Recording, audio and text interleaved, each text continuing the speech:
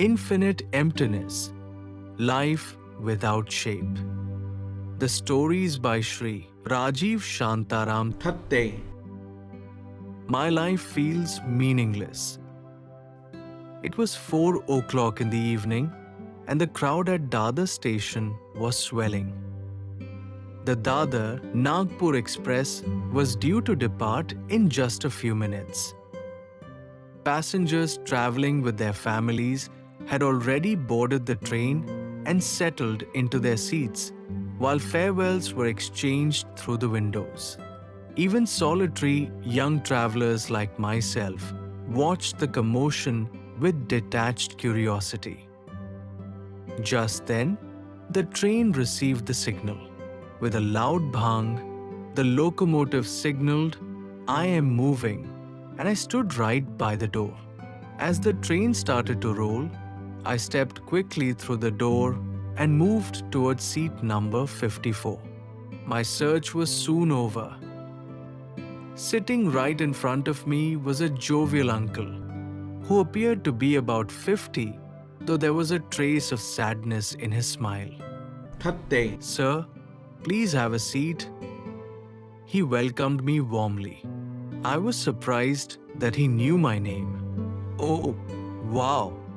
You recognized my name correctly." "How's that, uncle?" I replied. The uncle laughed again and said, "What else could I do? When I checked the reservation chart, your name was right next to mine. So when I looked for seat number 54, I was sure it had to belong to you." I felt grateful for his thoughtfulness. For us Mumbai locals, it was quite a novelty to notice, remember, and greet the person sitting beside us amidst all the hustle and bustle. "I am Shivaji More. I was on my way home to Wardha. I had come to Mumbai for a program," the uncle informed me. Within a short time, I learned everything about him.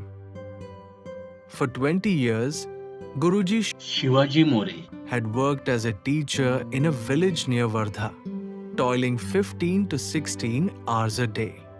Having served with utmost dedication, he had now risen to the position of vice principal. In his 20-year career, he had devoted himself immensely to hundreds of students, some of whom made it to the merit list in school examinations, while others scored 90-95% in their class 12 exams and went on to pursue medicine or engineering. Dressed in khadi, living a simple life, with a smile on his lips, yet a trace of melancholy in his eyes, his tireless commitment to teaching filled me with admiration. "Sir, please tell me, what program have you come to Mumbai for?" I asked him. For a moment, Guruji seemed pensive. Then he carefully opened his bag and handed me a certificate of honor, a golden medal, a shawl, and a decorative palm leaf fan. "Wow! You have been honored as the ideal teacher by the Maharashtra government." "Great! My heartfelt congratulations. You hadn't even told me until now," I exclaimed. I had heard of his achievements already, how he had been recognized by the government with the Ideal Teacher Award. That news filled me with joy. Our conversation soon wandered across many topics, and Guruji recounted numerous experiences from his life, the good and the bad. I listened to his life stories with keen interest and even shared some of my own. After a while, he glanced at his watch. "Oh, it's 8 o'clock," he said, and then he pulled out a large food container from his bag. Thatte. "Let's go have some dinner," he suggested. I was planning to get off at the next station and grab something to eat. I protested. "That won't do. I've brought enough food for both of us, sufficient for you and me." Guruji insisted. I don't usually eat much at night, I replied. Guruji opened the container and a mouth-watering aroma of freshly prepared food wafted out.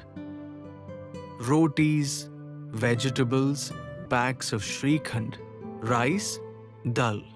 It was a beautiful menu, fit for a banquet. Wow! It seems like your sister in Mumbai lovingly prepared this meal for you, I marveled. Yes, I consider her as dear as a brother. Guruji chuckled heartily. Yet, beneath that laughter, I sensed a hidden sorrow. At Guruji's insistence, I joined him for the meal. The delicious food soon made my eyelids heavy.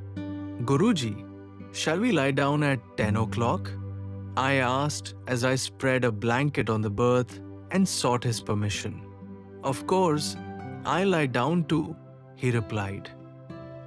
After a long day of travel and amidst the constant clamor of the train, sleep began to overtake me. Even though the rough wooden planks of the berth disturbed me a little, my eyes eventually grew heavy.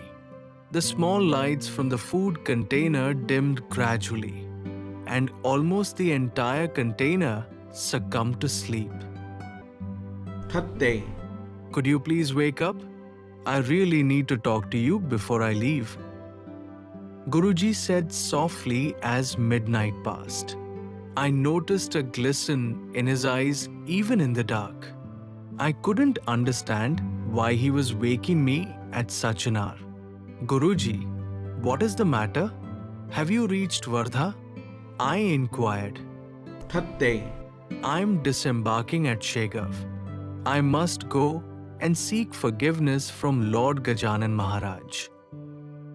I'm on my way to be freed from my sins.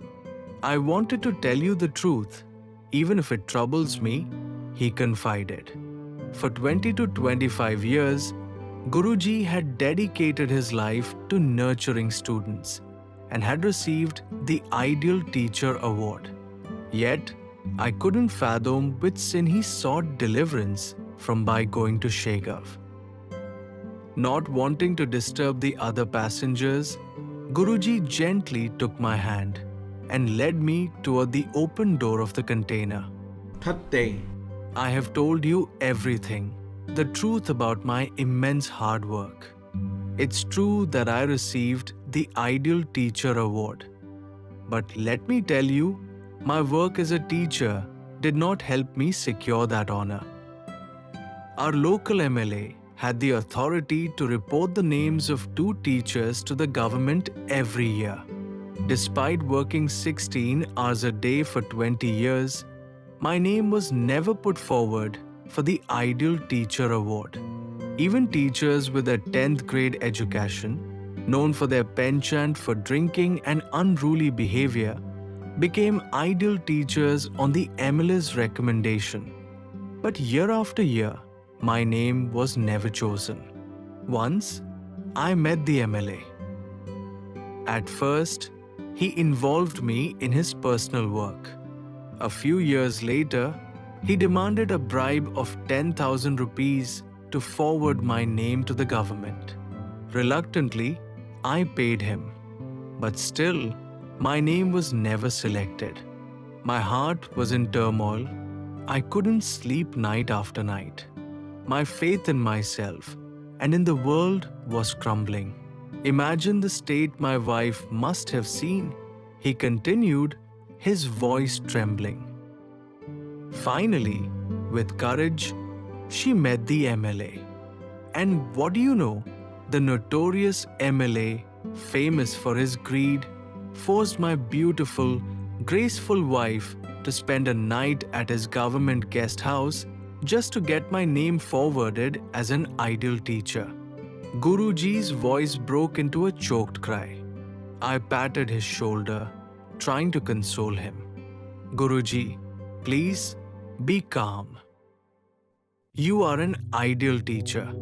Go home and show this certificate to your lucky ones, I urged. Yet my heart ached terribly. Soon, The station came into view. Guruji disembarked in a sorrowful mood, leaving his khadi bag behind in the container. My mind was numb. My ability to think had deserted me. There, hanging hopelessly from the edge of the container, was Guruji's khadi bag. The Ideal Teacher Award, the Golden Medal, the shawl, and the palm leaf fan all were now abandoned. I reached Nagpur. I worked there for 3 days. On the 4th morning, a paper slipped under the door of my hotel room. On the very first page, there was a photograph of Ideal Teacher Shivaji More.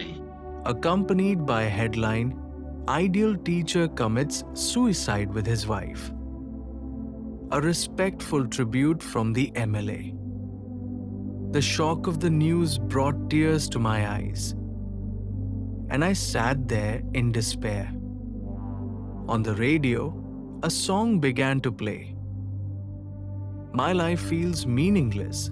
Life is a quarrel. Religion, justice, and morality are all games of imagination.